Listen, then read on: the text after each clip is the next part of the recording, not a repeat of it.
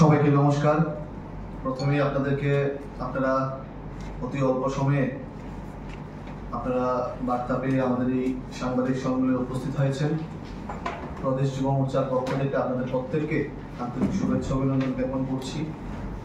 একটা অত্যন্ত গুরুত্বপূর্ণ বিষয় নিয়ে আজকের এই সাংবাদিক সম্মেলন। আপনাদের মাধ্যমেই আমরা জানতে পেরেছি রাজ্যের বিরোধী দলের তথাকথিত যুব সংগঠন আবারও আমাদের সরকারকে কালিমালিপ্ত করার জন্য, রাজ্যের যুব সম্প্রদায়কে আবারও বিভ্রান্ত করার জন্য একটা সাংবাদিক সম্মেলন করেছিল। যেই সাংবাদিক সম্মেলনে যেই তথ্যগুলা দেওয়া হয়েছে, সেই তথ্যগুলা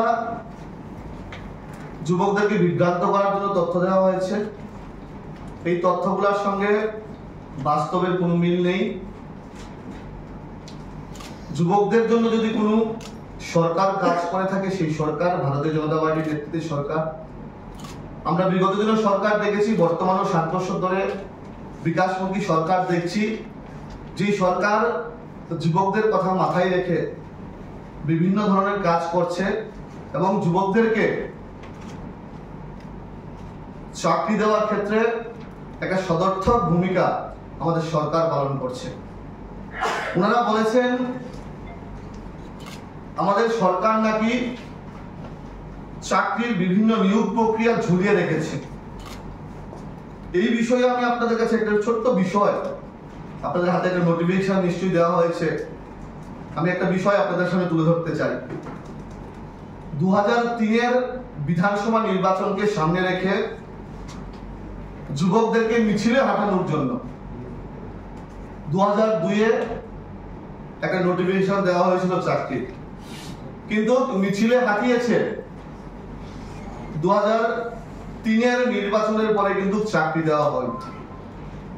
তদ্রূপ 2008-এর নির্বাচনকে সামনে রেখে 2006-এ চাকরির নোটিফিকেশন দিয়েছে, কিন্তু চাকরি দেওয়া হয়নি। তারপরে আবার 2009-এর নোটিফিকেশন দিয়েছে। আমি আপনাদের সামনে 25/8/2010-এর একটা নোটিফিকেশন, যে নোটিফিকেশনের রেফারেন্স নাম্বার NO.F1/SE/NG/2010। এই নোটিফিকেশনে 3 নাম্বার পয়েন্টটা কি বলা হয়েছে?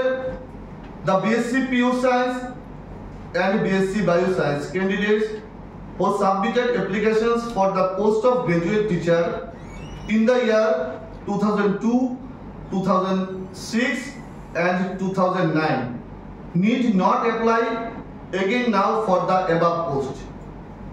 যারা 2002-এ, যারা 2006-এ এবং 2009-এ ওই পোস্টগুলোর জন্য অ্যাপ্লাই করেছিল, তারা আর এই 2010-এর নোটিফিকেশন অ্যাপ্লাই করতে হবে না।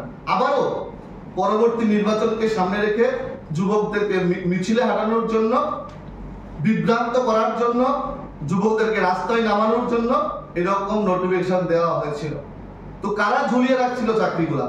2002 থেকে 2010 পর্যন্ত বেকারদেরকে চাকরি দেওয়া হয়নি, কিন্তু 2010-এ যে চাকরি দেওয়া হয়েছে, হাইকোর্টের রায়ে চাকরিগুলো চলে গিয়েছিল।